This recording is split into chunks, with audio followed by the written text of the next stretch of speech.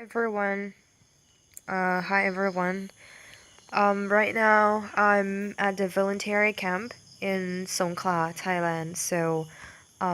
I can't really do something special. I I made this mind mapping, and I decided to just explain what I understand about this topic, acquiring knowledge for second language use. So let's see. The first thing that we're going to talk about today, the competence in use. There are many linguists who try to separate them apart, but some don't. In my personal opinion, they are basically the same thing. But why don't we take a look and let's see how the linguists think about this.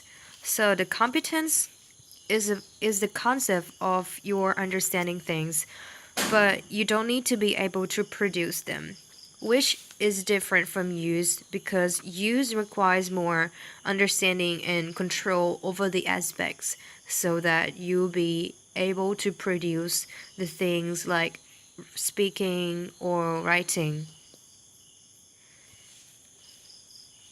And regardless, there are these two aspects of the competence of language that we should be aware of because we can use language in a different ways. So the first one is the academic competence, or we can say shortly CALP, cognitive academic language proficiency, is for language students will be involved in the academy, school, college, or that types of things. They are going to need to know different components, different ways of using the language than do non-academic verbound of people. And the next one we have BICS, basic interpersonal communication skills, or we can say communicative competence. Oh no, sorry, interpersonal competence. It is the language that we use everywhere, even outside the school system. Actually, is the daily conversation. Now we have the competence of language knowledge. We can separate them into two aspects. The first one is linguistics and the second one is cultural. Now let's see the linguistic parts first. The things that you have the knowledge that you need to have in order to learn the language. The first one is the vocabularies. That will be the academic word list for students who want to learn about the academic language, because academic language usually have some longer words or some complicated words. And about interactional and transactional. Interactional is the ability to communicate back and forth, and transactional is you trying to get something or some type of production. And the registers, I want you to imagine about yourself talking to the principal of the school and compare to yourself talking to your friend. Their language will be totally different, right? When you talk to the principal of the school, the language will be way more formal than when you talk to your friends. So the idioms, slangs, or nonverbal stuff will be totally different. Higher registers will be used when you talk to someone in a higher position, like the principal of the school or your instructors, something like that. And the next one we have morphology. The derivational is making new words. You will learn tons of things if you can master making a noun to a verb or a verb to a noun, like drive into driver, educate into education. Um, in order to learn a language, I think you need to understand this concept of, making new words from just one words, because usually all of the language are like this. And inflectional is about changing the time in person. It's really obvious for English and Thai. When you think about English, there'll be tense that you need to change in order to, to say something that already happened, something that will happen, or something that is still happening right now at this moment. But for Thai language, we don't need to do that. We just have some special words that we can put in the sentence so that we know the time. And the third one, we have syntax. The order of the word is kind of important for some languages. Um, like in English, the position of the subject will be in front of the sentence, so it will be it's VO, subject verb object. But for Japanese, it will be subject object verb, and for some languages it will be verb subject object. So if you want to learn that language, you need to understand this also. And for English prepositions, the position of the prepositions is important also.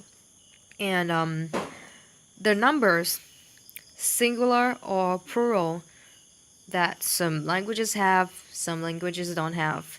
And the gender, masculine, feminine, or neuter, like in French or German.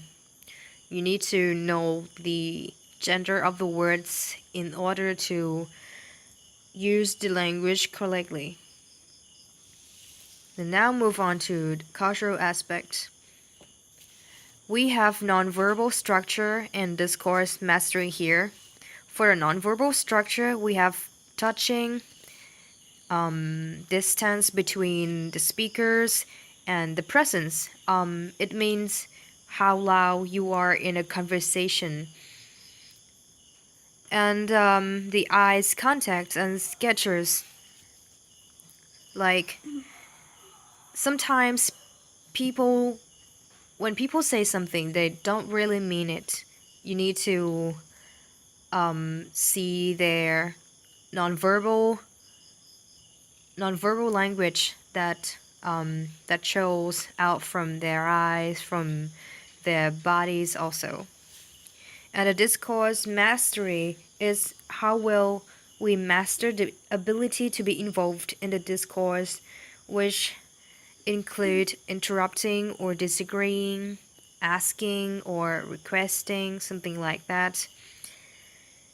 All these functions of the language are different in many cultures. And some logical connectors like add, contract, occurs like the word like however, by the way, something like that. Okay, sorry, it doesn't focus. So we already talked about the vocabs, morphology, syntax, and something like that. But before we're going to talk about the receptive abilities and productive abilities, which means how you use the language receptively or productively.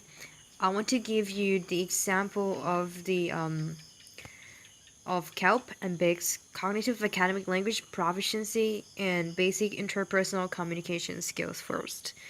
Um, um, Today it's just this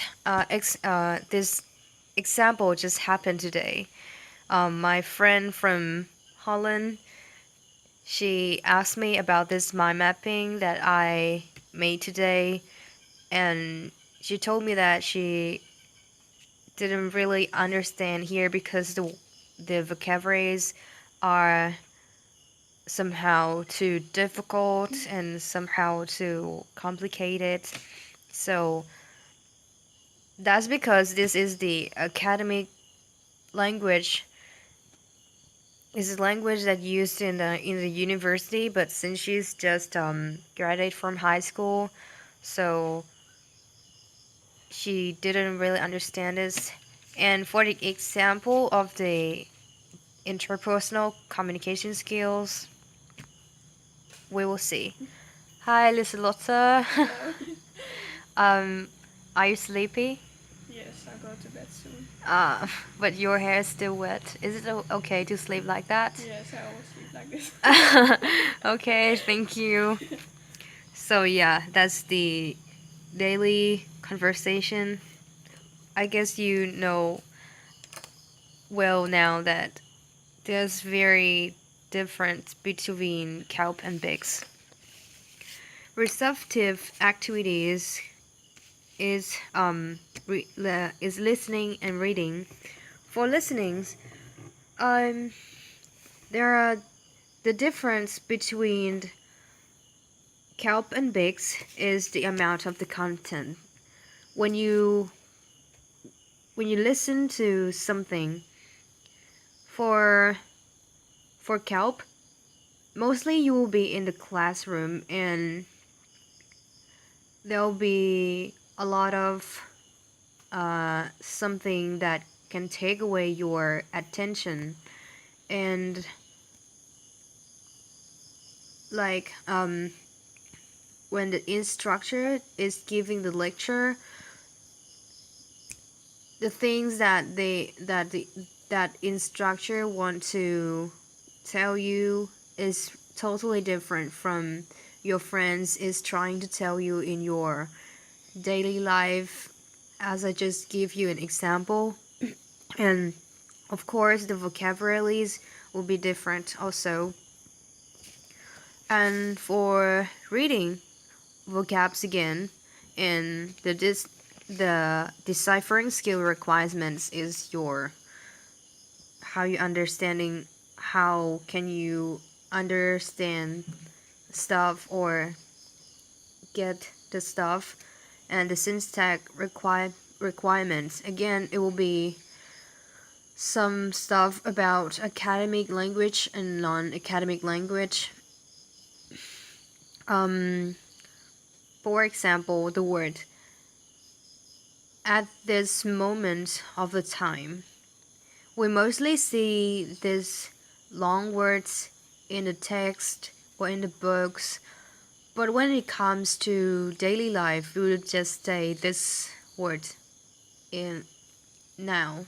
So, now and at this point, at this moment of time.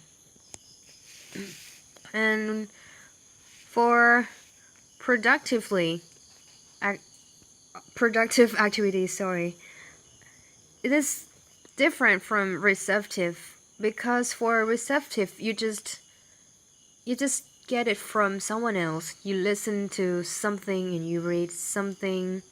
But for productive, is you who need to produce something, for you to write or you to speak. Sorry, I was supposed to write this in to write this word speak, but I don't know what happened and I was kind of lazy to resolve it. And for writing, the vocabularies, of course, it will be different because for academic purposes, mostly you need to write some essays or some difficult things that you need to demonstrate your understanding. For example, in the final examination, that you need to write the answers of the questions. The word you use will be more formal and more academic. But for interpersonal competence, for example, when you text someone, you don't really use um, the formal vocabularies, or it can be the abbreviation of the words like IDK stands for I don't know. And deciphering skill requirement, of course, syntax requirement, of course. And for speaking, the pleasure, the format, and intimacy have a huge influence on this skill, because the intimacy, if you're really close to someone, the word choice will be really not formal. You can say the even impolite word to them because you are really close to each other. But if you if you are talking to a stranger, the word choice, slangs, and the registers, as I already talked about it before, will be different. And the interactions between two people or in a group, it will be different, as I think that you can imagine talking to someone who you don't really know, and talking to your family, or someone who you know quite well. Um, for writing and speaking is kind of different, because for speaking, you don't have time to prepare yourself as much as writing. When you write something, you have time to think whether what you're trying to write is correct or not. But speaking, you don't have any time to prepare yourself. You need to just speak it out, and that's it. The important things about receptive activities and productive activity is both of them requires bottom-up and top-down processes. I mean, in order to understand what people say or what people write, you need this you need these two processes. For the top-down process, it means the cultural knowledge like content and context, and for bottom-up knowledge, it is language knowledge, which consists of vocabularies, morphology, phonology, syntax, and discourse structures. With these two things together, you will understand the text, what people you will understand what people really want to say. So, let's make it easier.